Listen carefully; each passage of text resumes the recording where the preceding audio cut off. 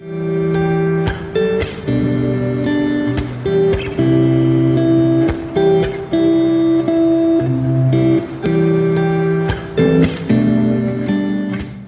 everybody, this is Perch. This is a good mail. Yeah, I like the ones that challenge the thinking a little bit, that cause some good conversation. I think this is a good one because it reveals one of the things that annoys me most about a lot of comics, about a lot of how the publishers currently operate and work, and some of the hypocrisy that I see that goes on in the industry. So the mail goes, "Hey Perch, love your channel, appreciate your takes, and appreciate your balanced view on comics. One thing I disagree with you on is that you've said that people don't want to see themselves in comics. Well, I am a proud lesbian comic reader. I've been a comic reader for a long time, and I would like to see a strong lesbian character. However, I find myself very annoyed with Marvel and DC and a lot of the creators and editors that talk on Twitter.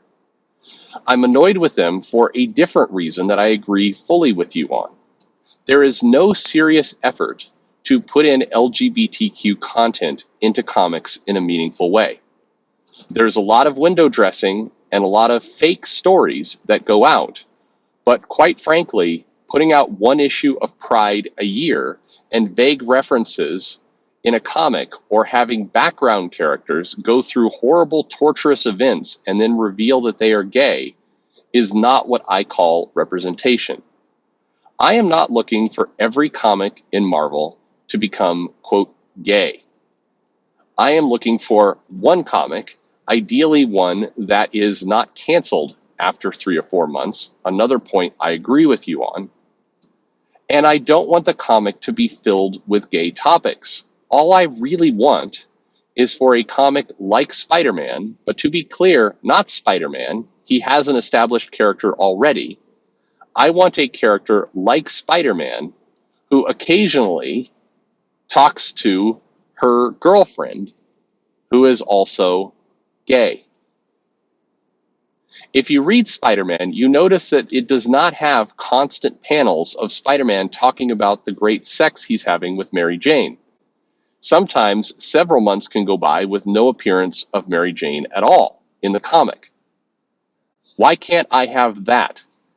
I would like to have a character in the book who isn't tortured or struggling with his identity or her identity, to have a partner and a relationship that shows up every now and then, but not constantly, and basically gives me some representation in a normal way and not a fake comic book virtue signaling way.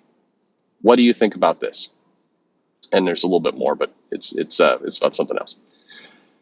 So I I agree with everything that was written there, in the sense that if you want to have representation in comics, then you should strive to have, actual representation. And actual representation means mirroring the world around you, not creating this very bizarre, alt world that allows you to claim that you're doing LGBTQ content, but really, when you look hard at it, you're not. I said that this mail hit on something that annoys me quite a bit. It annoys me that we hear constant commentary, and it is constant commentary from the big two about their efforts for inclusion and diversity. However, they never let these comics go any length of time. They get canceled almost immediately, and the stories themselves are often incredibly strange. They don't have the characters just out there having adventures. It is a superhero company, after all. They don't have them just out there, like I love that analogy, doing things like Spider-Man does. Spider-Man, yes, Spider-Man does not, in every single issue for multiple pages, go and like stroke Mary Jane's hair or talk about how great it was that he boned her last night, or talk about, he doesn't have his friends showing up and go, "Oh, look at you dating Mary Jane, good for you, glad to see you're dating a woman." They don't have that. They just have a relationship. And Spider-Man if Spider-Man's off fighting dinosaurs on some primitive island, they don't interrupt the comic in the middle to have a flashback of Peter Parker having lunch with Mary Jane and talking about how his other superhero friends look at him differently now that he's dating a woman. They just have him fight the dinosaurs, and then he comes back and he hugs Mary Jane and he kisses her. He says, "I'm glad I'm with you." Or sometimes he's swinging into action. He goes, "I'm lucky to have a friend like Mary Jane." That's all they do, and that is again, when I've talked to people in real life, that is often what they desire when it comes to a book. They don't want this over the top, pardon the expression, clown show in a lot of cases. That does not resemble any kind of relationship. And on top of that, it is beyond, to me. It's very hypocritical when the companies come out and say, we're doing our part to for inclusion, and then their version of that is we came out with some Pride variant covers. So what? I mean, to look at the parent company, here's to me the complete joke of this entire topic is, there was a live action Beauty and the Beast, and Disney signaled, or at least indicated, that Le Pew, right? That was the little sidekick to Gaston, was gay, and there'd be a gay moment in the movie. There'd be a moment of inclusion. That moment came down to right at the end of the movie. Everybody's dancing and having a good time, and Le Pew is kind of bummed, I think, because Gaston is dead, or I don't know what he's out of the picture. And this was the guy that he was, a sycophant for. And if you watch the movie, he just seemed like a toady. He didn't seem like, he was in love with Gaston. He was just, he was behind him. No pun intended. But in this movie, right at the very end, a man reaches out and basically invites or wants to dance with Le Pew, and Le Pew's like, "Oh, okay, this seems nice." And it's a scene that lasts about 2 seconds of total airtime. 2. The response to that 2 seconds was a very large number of YouTube videos talking about Disney goes full woke. Full woke. It is not a drill, folks. Full woke. That 2 seconds is full. There's full 2 seconds of woke. And meanwhile, Disney patted themselves on the back for inclusion. See, we put some inclusion in. A scene that was clipped when they went to China, and even when they put that movie on planes. I remember literally just taking a flight, I think from Seattle to Miami, and that scene had been edited out. Why? Is it because it's flying over some red states? What is going on? Anyway, that scene was nothing. It was not full woke. It was also not inclusion. But this is the game that Disney plays, and many companies play quite constantly, where they say, look what we're doing. And then they do the least possible amount of thing that you could like blink and you miss it, or, doesn't really count for anything. That's what they do. In Star Wars, the Rise of Skywalker, there's a scene right at the very end where 2 women kiss. And it's like, oh, this is a big escalation up from a man inviting another man to dance. And once again, there was a bunch of, the movie has gone full woke. Now, granted, there was a bunch of other things, that they were going to, Poe's character was, demasculized. Anyway, there's a whole bucket of reasons that movie was also full woke.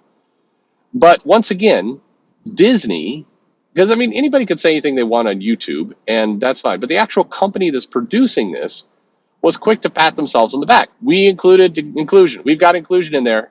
Did you see the inclusion? There's tons of inclusion, diversity. It's there. It's all there. And once again, that scene was clipped when it went to China. I didn't see the Rise of Skywalker on a plane. I have no idea if that scene was also clipped in planes, but it was clipped in China. It was clipped in other countries. Why? Well, those countries don't like that kind of thing, and that might hurt our profits. So, we want inclusion, but we do, let's not be crazy about it. This is what the comic books feel like to me. So when you go on Twitter and you see people, proudly proclaiming, "Oh, hooray, queer and brown, yay," and it's like, "Oh, cool, this comic that ran for 4 issues and it was canceled. You mean this backup story in this anthology book? Who are you kidding? You are not providing diversity and inclusion for anyone. You're I don't know what you're doing." You're doing the least amount possible in order to claim that you're doing a lot, but it matters. It doesn't matter for anything.